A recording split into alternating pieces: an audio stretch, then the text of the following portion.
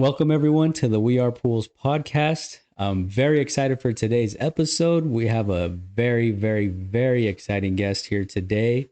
None other than Sean, the pool boss, who was just so gracious enough to spend some time to hang out with me out here. He drove all the way from Yorba Linda over here to Beaumont, California, and we had a good training event on some of the systems that we're working with Hayward. But I'm really excited for you to be here, Sean. And what's up, man? How are you? I'm doing good, man. It was a pleasure to be here. Hell Your yeah. class is awesome. I can't recommend this class enough. It's very informational, one on one. Like it's you don't get this anywhere Right. in all the different trainings that are out there. Right. I think that's what's lacking in a lot of our training Right.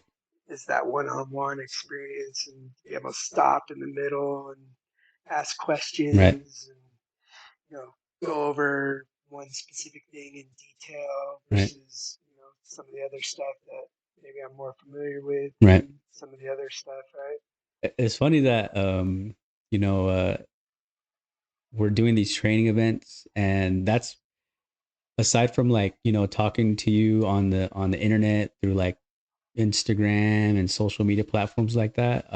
I met you in person at a training event, right? Right. That was for that one event we went to over there that they were hosting in Anaheim. And I remember, when you approached me, you're like, "Hey, man, I'm so and so, and this and that." I'm like, "Dude, I know who you are. Dude, I follow you too." So I thought that was really cool. And Yeah, but I know a little bit about your story of how you got into pools, but for the listeners and the viewers out there, um, can you give us like a bird's eye view on how you got into the pool industry and maybe what you used to do before yeah, you got into pools? yeah. So my background originally, my whole life is building houses, construction. Started off when I was young, concrete. Um, was a framer for a little while. Then I got into management, construction management, working for a home builder. Right, Um, and then, just doing that. And I had a neighbor that was a pool guy. right, And, it just, the winds blew real bad about this time of year, right, getting bad winds and rain. His pools were destroyed. right, And he was just like, hey, man, you want to come out and help me out for a Saturday? I've got a bunch of destroyed pools. And right. went out with him, started kind of spitting some numbers at me. And I was kind of in a process. I just got my General B Oh, license okay. and thinking about trying to start my own, some kind of remodeling Right, company, construction of like houses. right, And he just kind of caught me at the right time, talking about, this is a great business. You get to be outside. It's similar to construction, right, And at first I was kind of, I spent so much time in construction, kind of hmm, getting to where I was at. And I just started helping him more and more, like kind of just here and there on the side, kind of with thing, pool stuff. with pool Right. stuff, right? Like just helping him get pools cleaned Yeah. up more or less. He had a couple Maintenance, guys. like the maintenance stuff. Yeah, all the Okay. maintenance Okay. stuff, right? Just cleaning pools. And that quickly turned into like, hey, I've got, like 10 pools that I need you to do on Saturdays. You Hmm. think you could just handle these 10 pools? Right. He had a guy that was working for him that wasn't, doing it up to what he was expecting. Right. And, he knew I was conscientious and, that I would do a good job and spend the right time and Right. get pools cleaned the Right. right way. So that quickly turned into doing a few pools during the week after work. Right. It just like, I mean, I think at the most, maybe 6 months down the road, it was like, yeah, I need a full time guy. Oh, okay. Would you be willing Yeah. to quit your job and come work for me full time? I'll teach you this business. I'll teach you this trade. And I just, I wanted my own thing, bad enough. So it was at a point where it was like, sure, let's do it. Right. Let's, Go so for it. made a complete job change, career change. Just jumped in both feet and been a pool guy ever since. What would you say like your maybe comfort level was with pools? Like when he asked you to I knew zero about it, okay. right? I was sharing with you, Right. right? So he took me out one day, kind of went through, cleaning pools. We did like a route, like Right. maybe 15 or so pools.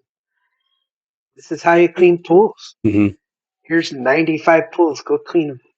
So Mm-hmm. I remember, in those first few weeks of like just showing up to pools, throwing in the vacuum, plugging it into the skimmer, and then sitting there, the pump lost its prime. Right. Had zero clue. I'm Yeah. staring at this plumbing that's coming out of the ground and all these valves, and how do I get the pump to prime back up? Right. I was just kind of at a loss, right? Right. Right. Day before, you had smartphones and stuff. Mm-hmm. It wasn't easy to get a hold of people. And Right. it's like, a lot of trial and error and Mm-hmm. like figuring stuff out. Luckily, my construction Mm-hmm. background, wasn't like a complete Right. dummy, but So you had as far as like you said, construction background. I'm assuming with that type of experience before getting into pools, that kind of helped you navigate through like little things to look for when you came across like suction leaks and stuff like yeah, that. like basic Right. understanding, right? Like I knew if there was an air leak in Mm-hmm. plumbing that you're letting air into a system, right? So, Right. on the suction side, Right. it made sense to me that Right. the pump's not going to prime up if you're sucking air, Mm-hmm. right? Were the construction projects that you were doing like for homes and stuff, were they like new builds or like new So development? we were building new developments, so it was Okay. all track homes. Okay. And the last 2 years that I was there, I was at a management level Mm. where I was in charge of running the schedules and Okay. scheduling all the subcontractors and then making sure they were showing up on the jobs, making sure they were doing their jobs, right? So I had to know how the plumbers did their job, right? Mm. Or at least Right. a basic understanding to like be able to go out with my blueprints Mm-hmm. and make sure the plumbing was going in Right. because I was the one walking inspections with the city. Oh, okay. So I had to make sure that before I called the inspector out, that plumbing was ready for Right. inspection.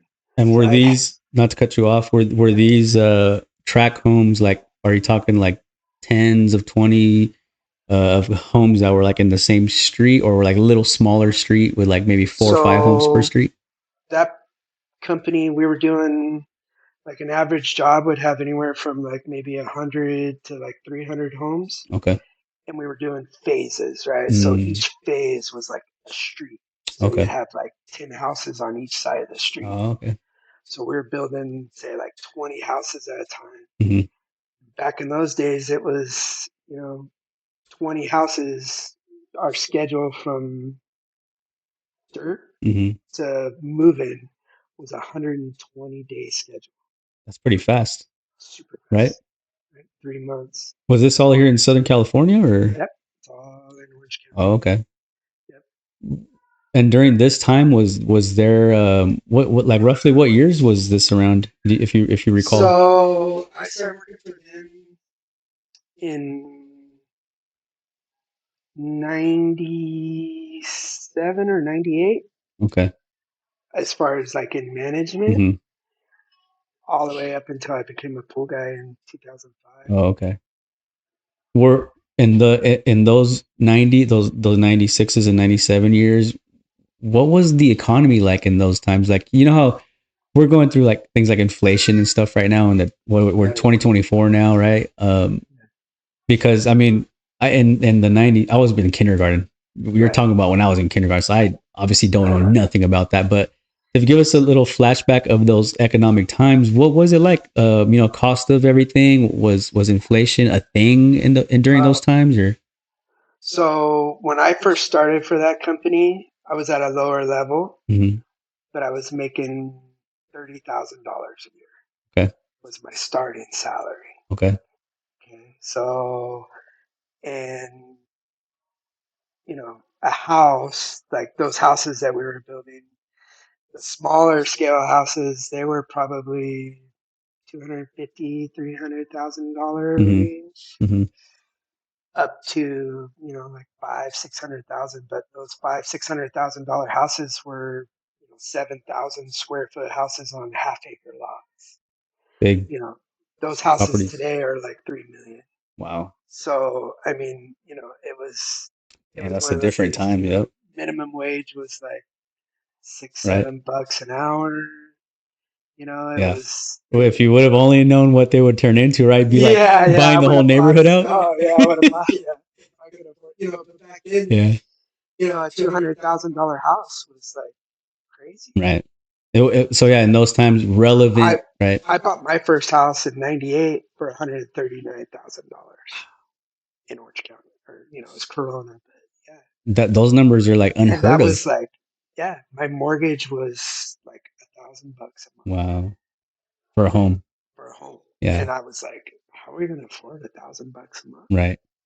From what I was making. Right. Right. So yeah, those numbers are just unheard of now. I mean, yeah. You go to some of those same neighborhoods now, and those houses are like $1 million. The same 3-bedroom, 1,400 square foot house. Right. Okay, so minor technical difficulties, guys.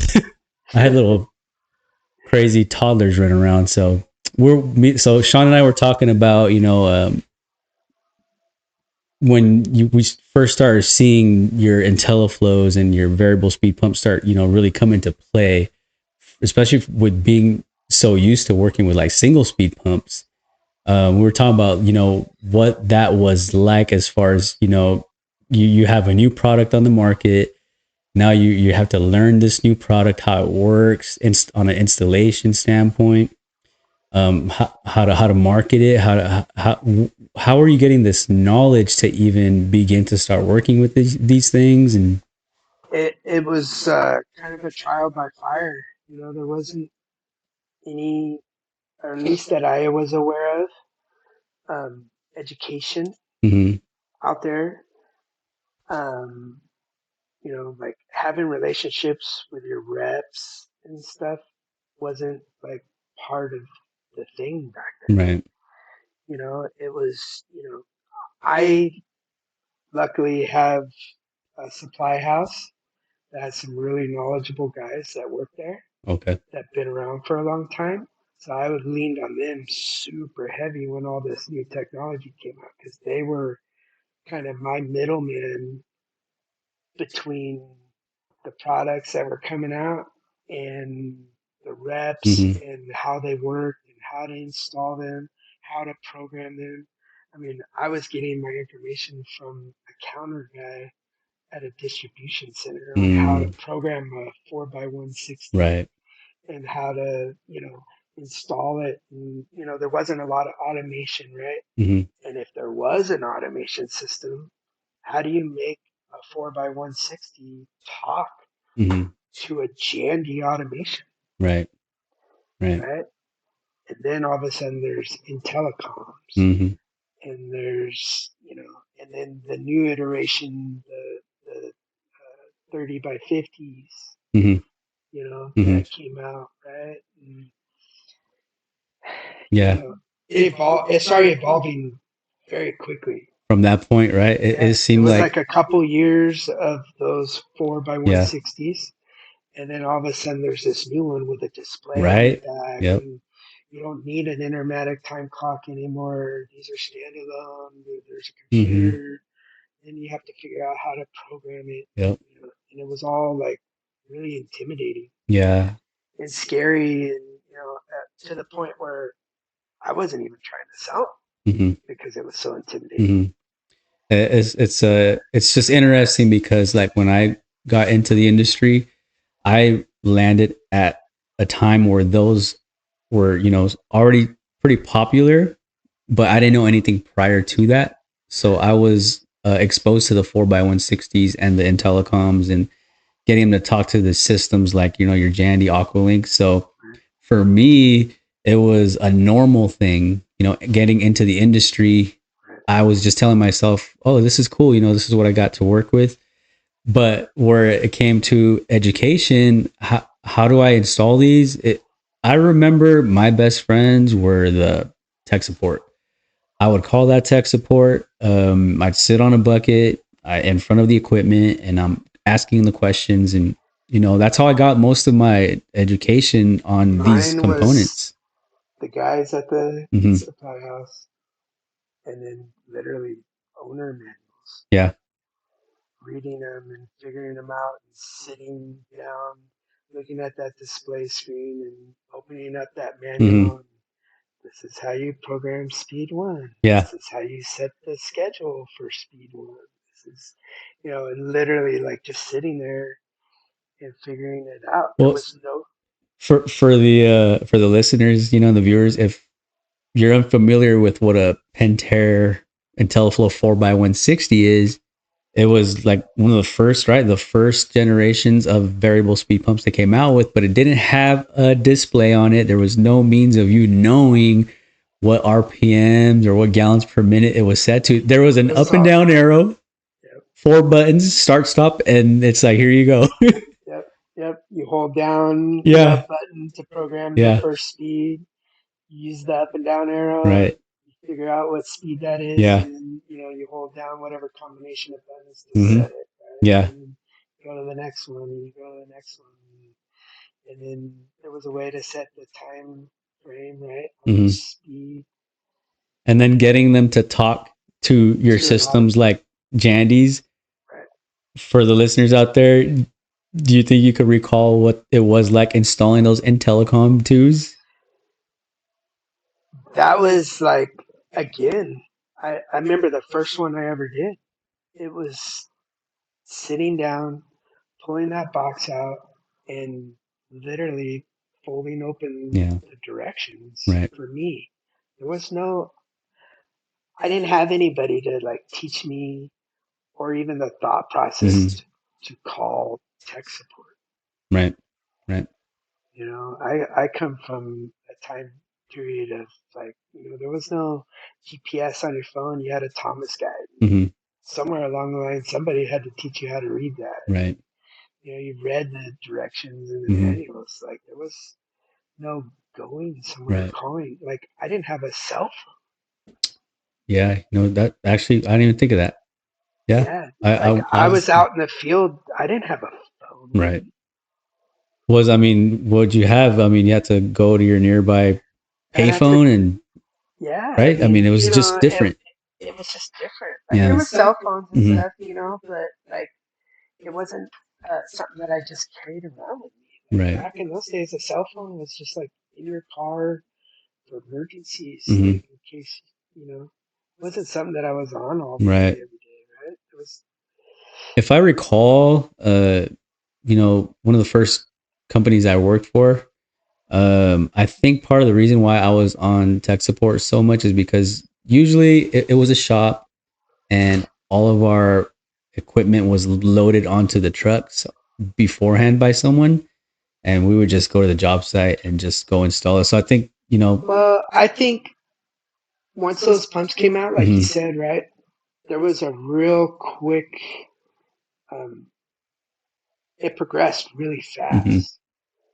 to the next iteration of those pumps, and then automation by leaps and bounds. Within a couple years span, maybe 5 years at the most, it went from all this like very old, kind of antiquated, limited type automation and smart systems to like overnight, having all the Yeah. capabilities in a rough kind of what it is today, right? Mhm. Like it's way more advanced now, and most of this advancement has been really in the last what 5, 7 years. Yeah. At least that I can remember, again, like we said before, it was just Jandy.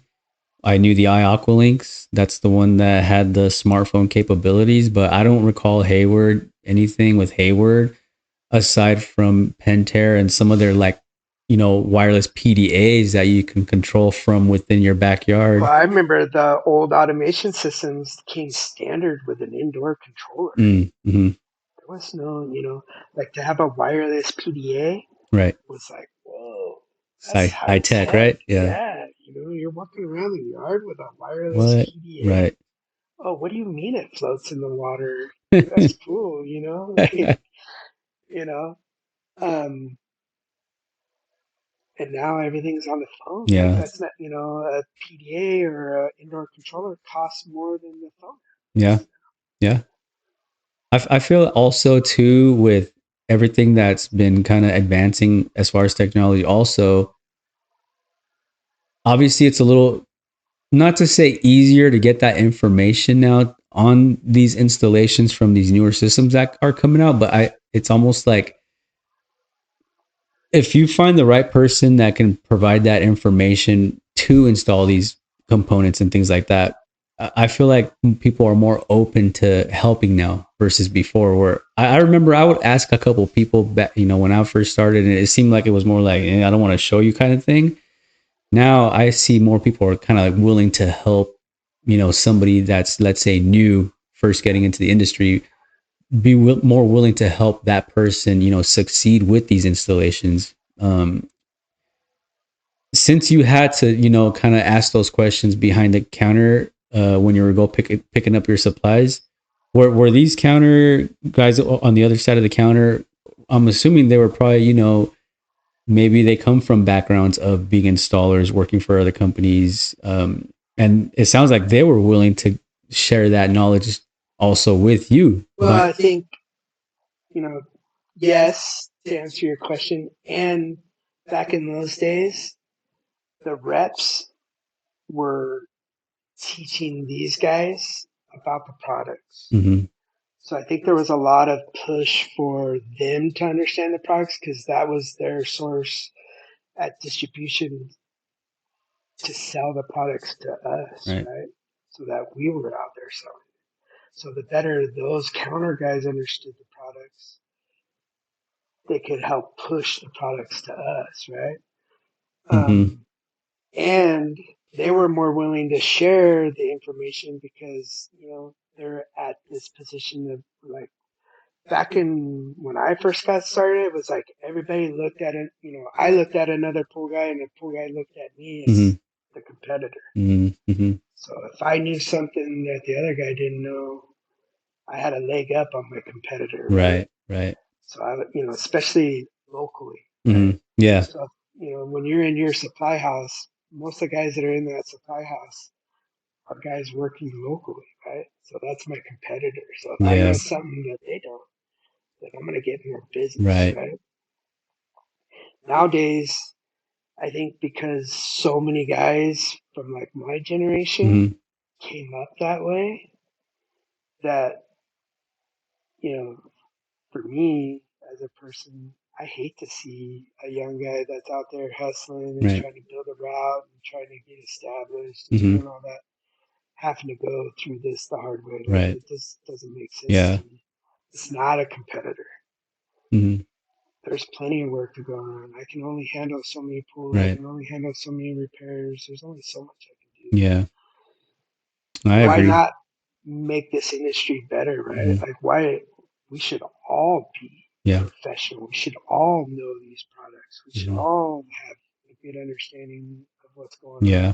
I agree, man. I think there's nothing cooler than to first and foremost have somebody maybe even reach out to someone like yourself that you are seeing, hey, pool boss, I seen him do this installation on this controller. I wonder, if I ask him a question, if he'd be willing to help. And I'm sure I've reached out to you like, hey, I like how you did that, like how'd you do it. Just getting that feedback in itself is, in my opinion, really really cool, because especially with the next generation coming in, um I've been there before, you've been there before, what it's like to have an equipment set in front of you that's new. You have very little information about it, but now you got to put it together, and not only put it together, get it to work right in the way it's supposed to. You wanted to turn it on the very first shot and get it to do what you needed to do. So, get sharing that information nowadays to that next generation of new pool professional coming into the industry. I mean, But you have to support it. I You think have that's to. why you see more and more, right? More education that's coming out. Guys are thinking about this, right? And you know, me and Cali Pultex, right? Like that's our whole kind of mission, Mm-hmm. besides the networking and getting out and doing all the events and doing all that stuff is helping making our industry better, right? Mm-hmm. Putting out education, giving back, Mm-hmm. having our phone line that we run that offers tech support, Right. like trying to give back, right? Mm-hmm. So that, people have a resource, Right. right? Like when you're sitting in front of a panel and because of social media now, anybody who knows about me or Cali Pooltex or people like that, Mm-hmm. like all the different, there's lots of people out there that are willing to help Yeah. out. And it's real easy. You can send a DM. You can, my phone number is all over everywhere, right? Yeah. And anybody can call me and tap into the phone line. Mm-hmm. Anybody can call Terry over Yeah. at Cali Pooltex and tap in, and it's instant. Yeah. It's Johnny on the spot. It's, hey, well, every day on that phone line, there's Yeah. somebody, hey, I'm in front of a panel. I don't know how to program, or, Mm-hmm. I got an i3 pump that I don't, Yeah. how do I get on the phone app? How do I disable the Dude. Yep. priming? How do I, Yeah. connect this into the Yeah. system? Yeah. And when you have somebody on that other line telling you these things, you could almost hear it in their voice. Like, I don't want to say desperation, but you could hear like, Oh, I need help, man. yeah, yeah, Can you help me? And for me, when I get those kinds of phone calls, I'm just like, here, what do you got going on? Let's see if we can, work through it. right. So, like I said, if you came into the industry in a time where that wasn't available, but you had to go through these, points of learning these products with minimal knowledge, you know what it's like, and you know that you can appreciate somebody Mhm. that actually is willing to give you that information, especially on the spot like that. You know, Oh, yeah. I It's same. priceless. It's so invaluable. I mean, you can't even put a price on it, right? I've been there too, man. And the fact that all these guys are willing to do it for free, Yeah, yep. right? Like it's all about elevating this Mm-hmm. business and making everybody as knowledgeable and professional, and because we all want to charge top dollar Right. for what we're doing, right? Mm-hmm. But the only way you can do that is if you have the knowledge and the understanding and all the backing to have the confidence to charge Yeah. top dollar. There's a lot of guys out there that don't have the knowledge or the backing, or they're insecure about Right. things. They're just getting started, Right.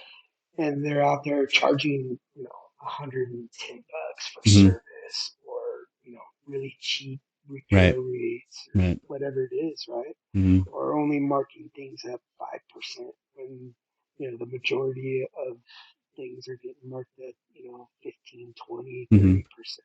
Yeah. It's like talking, having a conversation. Oh, what do you charge for this? What do how much do you charge for a service call fee? Right. How much, you start hearing numbers and, processes Mm-hmm. and how to do things. And, Yeah.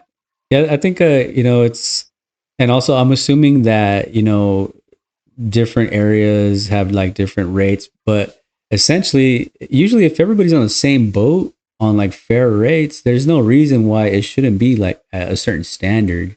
well, the hardest thing I have understanding right now is why. I mean, I understand it where like a state like California, you hear constantly across the board that maybe the average is like 150 Mm-hmm. for service. You go to any other places, or a lot of places in the country, I think California and Florida are like the cheapest rates Wow. for service, For the amount of pools that we have, that's kind of right? crazy For the to, congestion, right? yeah. But I think that's part of there's so many pools, so Mm-hmm. there's a lot more pool service To companies choose from to choose from, for right? a homeowner or a pool owner. But if everyone gets on the same Mm-hmm. page and everybody agrees that at least the standard should be 150, Mm-hmm. I have friends that do pools in Utah, Mm-hmm. Texas, some of these other states, and I hear rates of, like 3, 4 times that Yeah. Likewise, man. for just Yep. service. I know plenty of pool guys making 125 per service per week. Right. And from the sounds of it, their customers are happily paying that. It's not even, they don't even It's not squint. even a Yeah. question. It's a yep. So yeah, it's interesting to hear like the different rates in the Well, you can different come, areas. like guys that'll talk to me in my area, right? Mm-hmm. I've had several guys. And Yorba Linda and Anaheim Hills is kind of a unique niche Mm-hmm. area. Mm-hmm. It's very fluent. It's very high end, and you can get prices anywhere from 150 a month for service, all the way up to there's guys that are doing these all inclusive packages, Mm-hmm. including everything and all the maintenance, and you're hearing numbers of like $1,000 for Yeah. these types same services, right? Wow. Um, and I across the board, Mm-hmm. Mm-hmm. where you can go to any different area and you'll hear guys that are doing it for really high numbers. Right. And then you talk to the majority, and the majority's like, "Oh, you can't get those kind of prices out here." And it's like, wait, hold on. Yeah. You I probably know could one guy actually. that's Yep. getting those kind of prices. Yeah. What do you mean? Yeah. Like, what's the difference between what you're doing? Like, some of these guys are working just as hard, if not harder. Mm-hmm. Yeah. So it comes down to knowledge, knowing, there's more to being a pool man than just cleaning the pools, right? Right. You got to be a business owner. You got to sit down. You got to put, write out all your numbers, know your costs of doing Mm-hmm. business, know where you should be at. Like if Right. everybody stopped worrying about where everybody else is at and really did a self-analysis of what their cost, what their overhead is, break down, what they're using at each pool, each, Right. and their insurances and their trucks and their gas and their, everything, Yeah. their overhead, their kids, the Mm-hmm. food they're putting on it, Mm-hmm. all that stuff, right? It should be an individual, not what is, Ralph charging versus what Right. I'm charging. Yeah, like a industry standard, I guess you can say, because you Yes, do have to think about those kinds of things, you do. like you said, insurances, Right. licensing fees, all these things that you have to consider. So if you're not factoring those things in, I mean, do you even leave any room for growth on the table, or are you just going to be, stuck in one spot, not growing, Well, it's like when COVID first hit and all the price increases started happening, right? A lot of guys were behind the gun. So then it was this frantic thing over those first 2 years for Mm-hmm. everybody to raise rates and get everybody caught up. Mm-hmm. Inflation, it was easy to say, right? So now that, at least in my area, everybody seems to be on the same page, 150 is like the going rate, right? Mm-hmm. Well, we just got another letter that everybody's been passing around Yeah, on I've seen Instagram that. that HASA is getting ready to do another Another 5% one. increase. Yep. So what about all those pools that maybe aren't at 150? Mm-hmm. You got a pool that was at 100. Or Now through all this, yeah, you got them up to 130. or even Yeah, maybe there's some 90s out there still. I bet. yeah, oh, for sure. Um, as these increases Mm-hmm. continue to roll in, at what point do you now go, man, I'm really behind the gun again? Right. You should be ahead of that Right. and stay ahead of it. And wouldn't that kind of make sense also? Because if you're not keeping up and you're just staying, you're not adjusting your prices accordingly, when you finally do decide to tell yourself, you know what, I really need to make these adjustments, wouldn't it be less of a sticker shock to just keep up with it versus like, all right, I went from 90, I got to charge you $200 a month now. Right, like Right. that letter specifically states in it that this is like a cost of living Right. raise, right? Right. Well, back in my day, when you got a job, you could almost, most companies would give you a 3% cost of living raise Mm-hmm. every year. Mm-hmm. I know the world's changed and that's probably not always the case anymore, but inflation still goes up. Mm-hmm. Like you can almost guarantee that prices are going to go up on everything across the board 3 to 5% every year. Mm-hmm. So you should be ahead of that Mm-hmm. and then stay ahead of Yeah. that, right? Can't be afraid to pass on these increases. Yeah.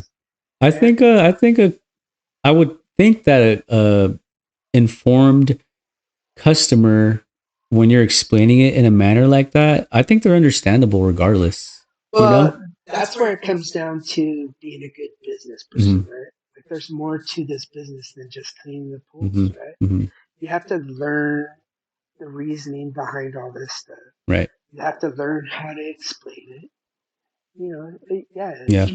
If you all your pools that are $130 and then you wait, and then you try to do a $25-$30 increase, Yeah. that's a huge It's a increase. huge increase. And Yep. if you don't explain it the right way, you're gonna lose some Yeah. accounts, Yep. right? Mm-hmm. Which might hurt if you lose enough, Mm-hmm. right? Yep. Yeah. I just heard a story where a guy did a big increase and he lost like 20 something accounts. That's a Like big hit. that's a huge hit. Yep. Right? Especially when you're just a service guy and doing repairs here and there, right? Like you're banking that service money is how you're paying the bills. You should be ahead of that, right? Yeah. So that's why we're always pushing, like, Mm-hmm. should be 150 minimum. Right. Like I tell guys all the time, like really you should be more. Right. Right. But have you sat down and crunched all the numbers? Have you sat down and figured out where you should really be? Mm-hmm. Or maybe you take the business model of like charging based on each individual pool. Mm-hmm. Like there's systems and softwares out there that'll break down your cost per pool.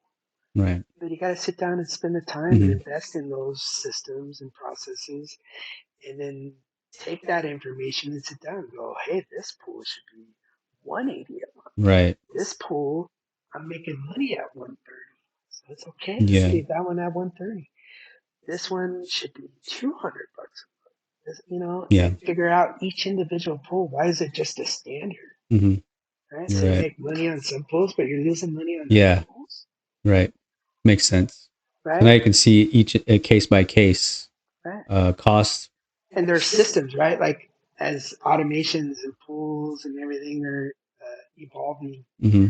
so are all the systems and procedures, right? Mm-hmm. There's Jobber, there's Skinner, there's Pool Brain. There's all kinds of different systems out there that can track, and you have all the information at your fingertips. Yeah, that's amazing, man. I mean, those are some really, really just good pointers. All that you just said right there. I mean, it is important to keep track of all that stuff. You have to. You're running a business. Yeah. It's not just about going out and being a good pool guy and cleaning these pools. Mm-hmm. It's about, that's a big part of it, right? Because you want to be able to charge top dollar. Right. So you got to have the service and the knowledge and everything to back up whatever prices it is you want to charge. Do you recall, seeing salt systems also start to kind of come into the industry as well from your standard pools with just your regular? That was right along with the automation stuff. And when they first started coming out, they were being sold as no more chemicals in your pool. Right. And that's not the case, right? I can't tell you how many times I've been yelled at for pouring chlorine into a salt pool. Oh. Hey, whoa, what are you doing? It's a salt pool. You don't put chlorine in there. Oh, yeah. Oh, you didn't see the sticker on the side of that thing that says chlorine generator? Wait, yeah. what do you think a salt pool is? Right. So you're getting So, people come out like, what the heck's going on a here? lot of pushback on like, hey, what Yeah. are you doing? You're Right. screwing up my salt pool. No chemicals in my pool. I'm sorry. You know, Right. like, so then it's becoming knowledgeable about what it is, Right. right? It was a big ticket thing. Everybody jumped on it. Everybody wants a salt pool. And it is. It's Mhm. the way to go, right? Yeah. Like I agree. Salt is the Yeah. way to go, uh, both for the swim experience and the service Yeah. side of things, right? I can't tell you the last bunch of jobs I've done, they've all had salt systems. Every single one. It's just the way to go, Yeah. right? I mean, I think as all this stuff's evolving and smart systems and IntelliKins and all these like chemical systems, Hmm. that's going to be part of it, whether we like it or not, right? Yeah. But somebody's still going to have to maintain these Right. systems. Yeah. You're right.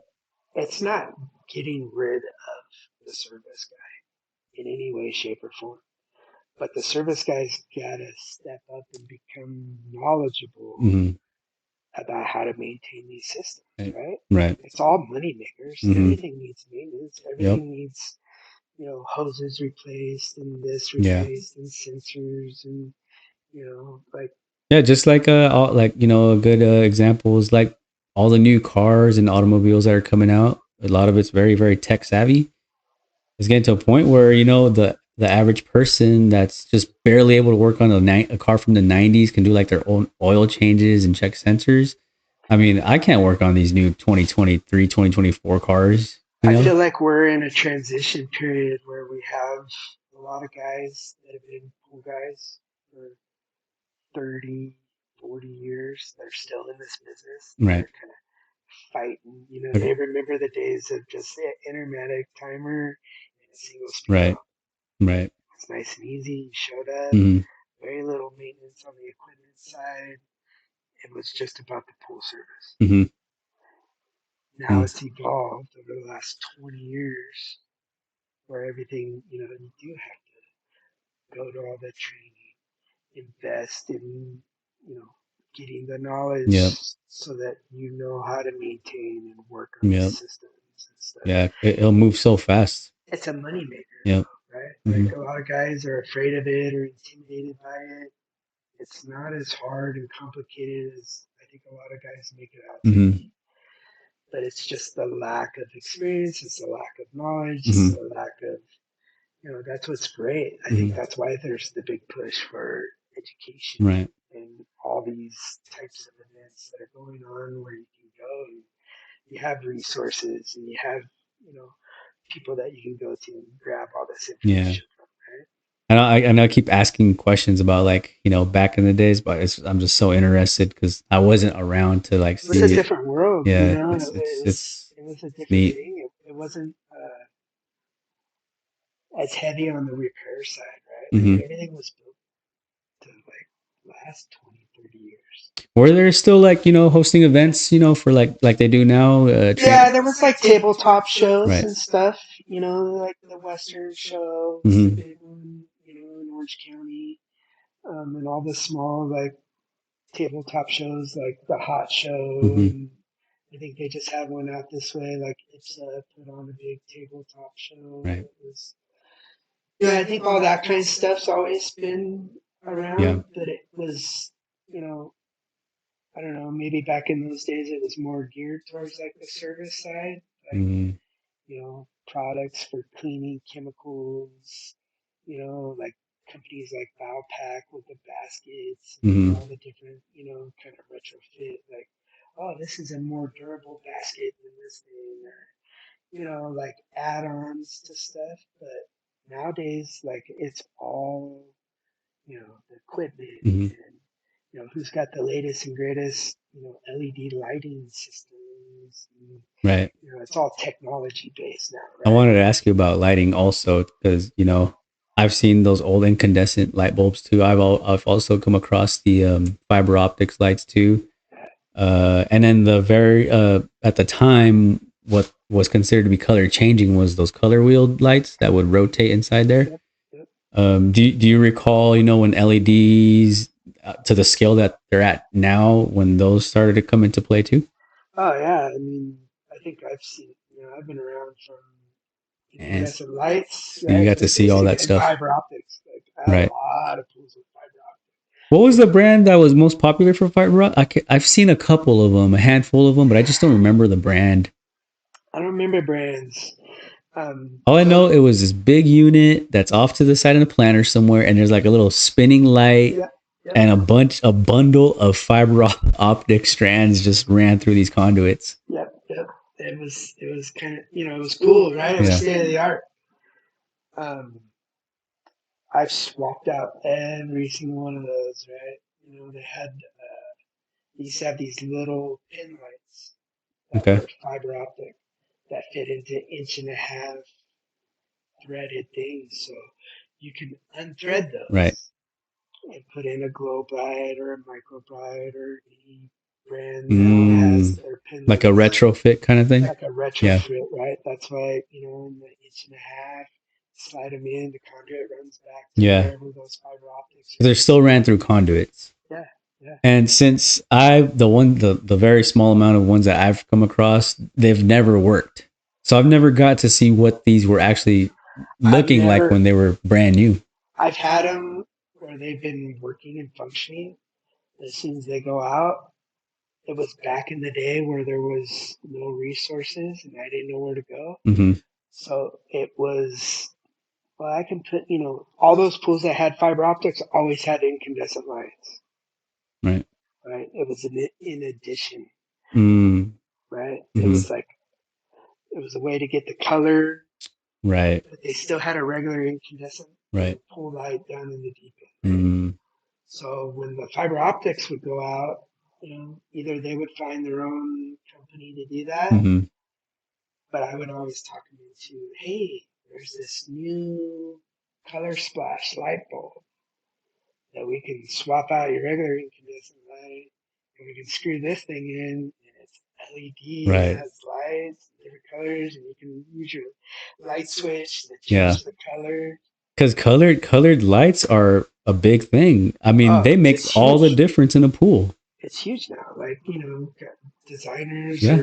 are, it's not just in the pool anymore. It's all around the fire areas and Yeah. the floating steps Yeah. and the barbecues and, all this strip lighting and stuff. It's huge. And especially, I went to the pool show in Las Vegas with David from Dynamic. He was so gracious enough to invite me. I also met the bearded plumber out there, J Yeah, yeah. Max, the Yep, freaking goat of plumbing. yep. I didn't get to talk to him that much, but I got to say what's up. I was like, hey man, can I take a picture? Like I follow you on social media Yeah, because I mean you've seen what he does. He's yeah. That yeah, guy's man, he's incredible. top tier right there. That's next level. Absolutely. But we've seen the PAL lights out there that they're incorporating those lights into that attendant control, which is really neat. And David, on one of his pools out here in Ukaipa, he had the attendant and those PAL lights in this pool. And one of the neat features about the system is the attendant can log in or link up to your Spotify account, Okay. and it picks up the beat of the music for these PAL lights. So like you're listening to a song and those lights are going to the And beat of that no song. special like drivers or anything to So make the that PAL happen. lights have their own drivers. Okay. And there's different types. There's single zone drivers, there's two zone drivers, but they talk to the attendant through the programming. It's a little intense to set up. I'm not gonna lie, I took a little bit on that one because it was a relatively new, but the customer support at actual poolside tech, they're really great. They actually almost walked me through the whole entire thing. So I was able to install that, program it, and it worked the very first time I turned it on. That's But cool. those lights, man, those lights I've heard they're good. Well, they so. look cool at least from what I can see. Yeah, they look awesome, Yeah. right?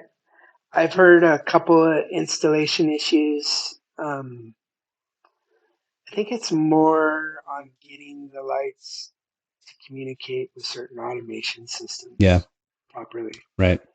especially when you have multiple zones. Mm-hmm.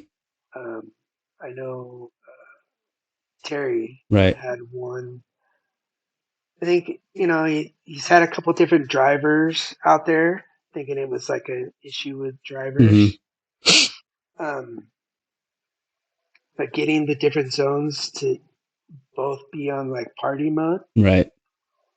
for some reason with the particular automation that he has on there, something Just wasn't something wasn't communicating right. communicating Yeah. right. I think I vaguely talked to him about that too. And I worked with the attendant, and I can tell you that it was a little confusing because they have those dip switches in there, and you got to read the charts to assign the addresses. So it's like a little difficult. But it's a new So thing, right? yeah, It's just like all this new technology, Eh, right? It's being out in the field.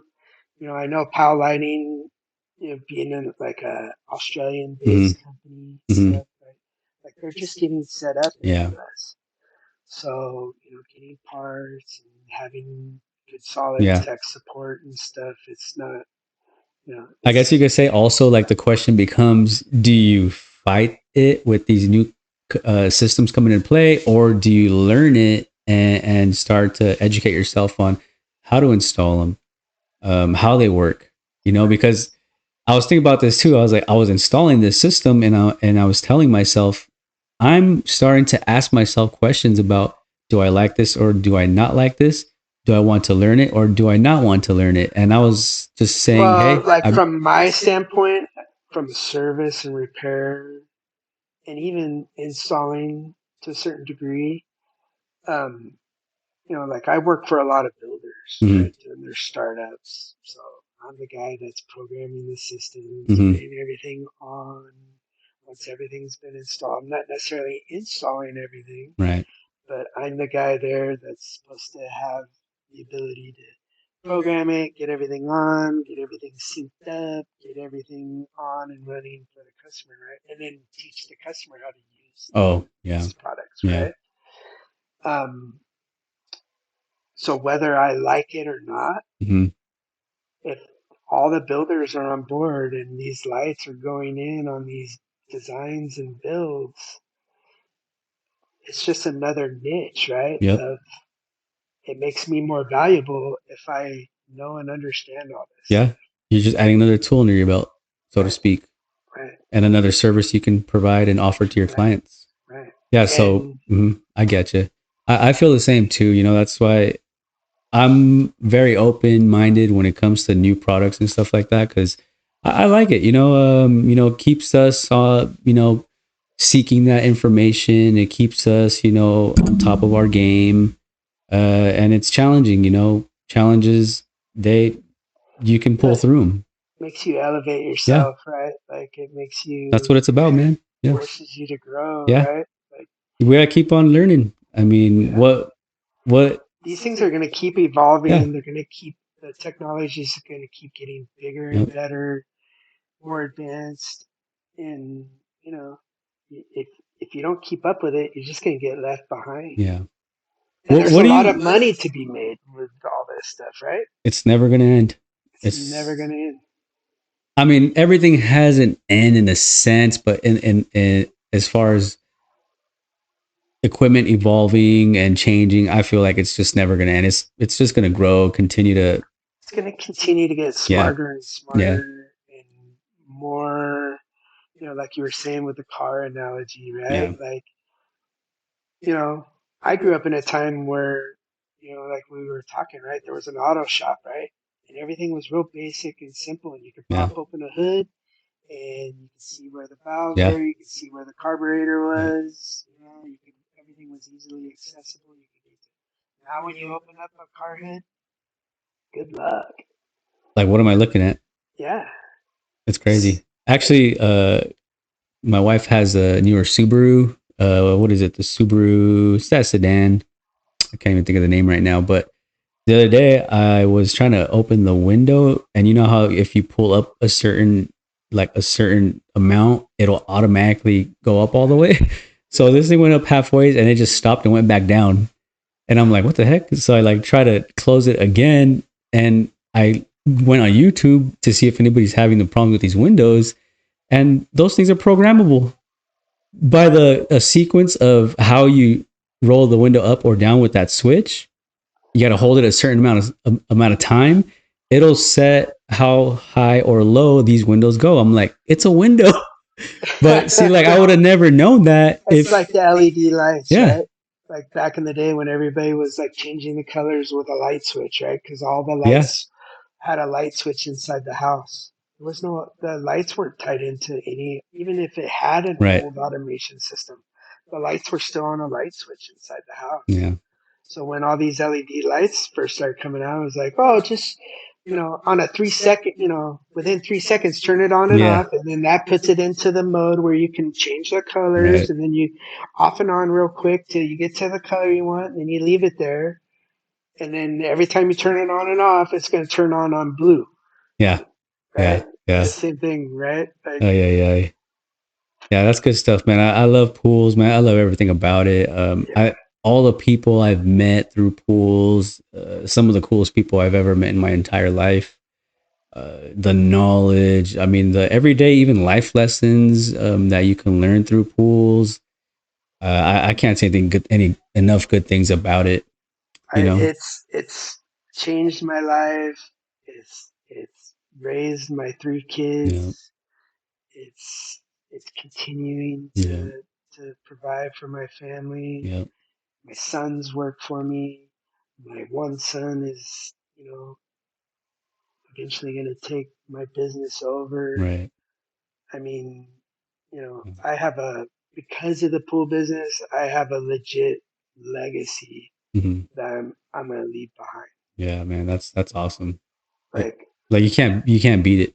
Like nah, you really can't. nah, It's so underrated too. You know. It's yeah, oh, what do you do? Pools. Oh, cool. yeah. But it's like in my head, I'm like, I do pools. You Yeah, know. yeah, yeah, yeah. No, it's I get it. I'm excited. Yeah. After all these Yeah. years, I love it more now than I ever have. Yeah, I feel this is the most exciting time to be in pools with everything that's just out there now. All the different services that we can provide. I mean, there's so many things you can offer to a client now, and all the manufacturers with the different products that they have. All these different things is just something that we can go out there and do now, which is you can't beat it. Like you You can't. can be, a service guy that just does service and cleans filters and have 40 pools and make enough money to live. Yep.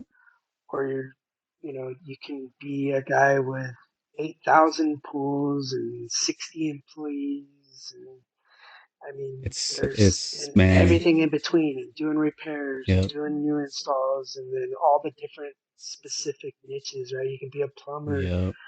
you can be an electrician, you can be a plaster guy, I mean, Designs. yeah, There's it's endless. Or you can do and it all, right? yeah, Like, you can, you try and become you could that big set time tile. builder. You could do concrete, Right. plaster, Yeah. so I mean, many you see it things. nowadays, right? Like these builders are evolving into, they're not just designing and building your backyard. They're building Yep. houses, Yeah. backyards, and Pool pool. Like houses. Yep. it's the whole, you know, thing at home. That's another thing I've noticed the last 4 or 5 years is you got ADUs back there, pool houses, guest houses.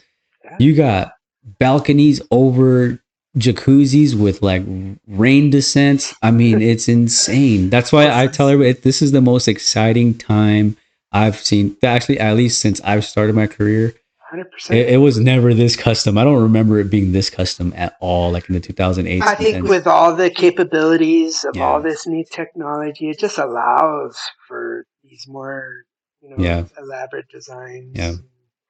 I mean, it's You know, exciting. It pumps me up for what's coming up. The next couple years. I'm just excited to see what's ahead of us, and Yep. I can't thank you enough, man, for coming by, dude. I had a good time, man, and Yep. finally got to actually sit down and talk to you Yep. for a while. And I hope you had a good experience here with the whole thing that I got going on as The far as training best. and stuff. The best. I can't But recommend all these guys out here. If you're debating if it's worth the money, it's worth 5 times the amount you're I appreciate charging that, for brother. this Yeah, education. man, I appreciate it. It means a lot, man, coming from you. And, before we end this, for the viewers and the listeners out there, if they're seeking any type of service from where you're from, how can somebody reach out to the pool boss? Is there a phone number, website, and what type of services do you have to offer your clients? Yeah, the best way to get a hold of me is my phone number, 714-336-9688, or reach out to me on Instagram. The Pool Boss, Pool Boss 76 is my Instagram. Okay. The year I was born. Okay. You heard it there. Everybody reach out to the pool boss. He's located out of Yorba Linda, California. Yorba Linda, yep. And we're a one-stop shop, man. I'm trying to do anything and everything. Okay. I mean, full service, all repairs, new installations, remodeling, tile descales. Like I don't say no to anything anymore. Nice. I'm trying to do it all. So. All right, brother. Well, again, man, thanks for stopping by. I had a really good time, and I hope you did also. So it's raining out there, dude. You better drive safe, man. Don't be going crazy in that Jeep, going off-roading in that Jeep. Donuts up the street. There's a lot of hills out here. All right, brother. Well, that's this episode of the We Are Poolz podcast. I hope you guys enjoyed that as much as I did, and thanks for tuning in. We'll see you guys on the next one.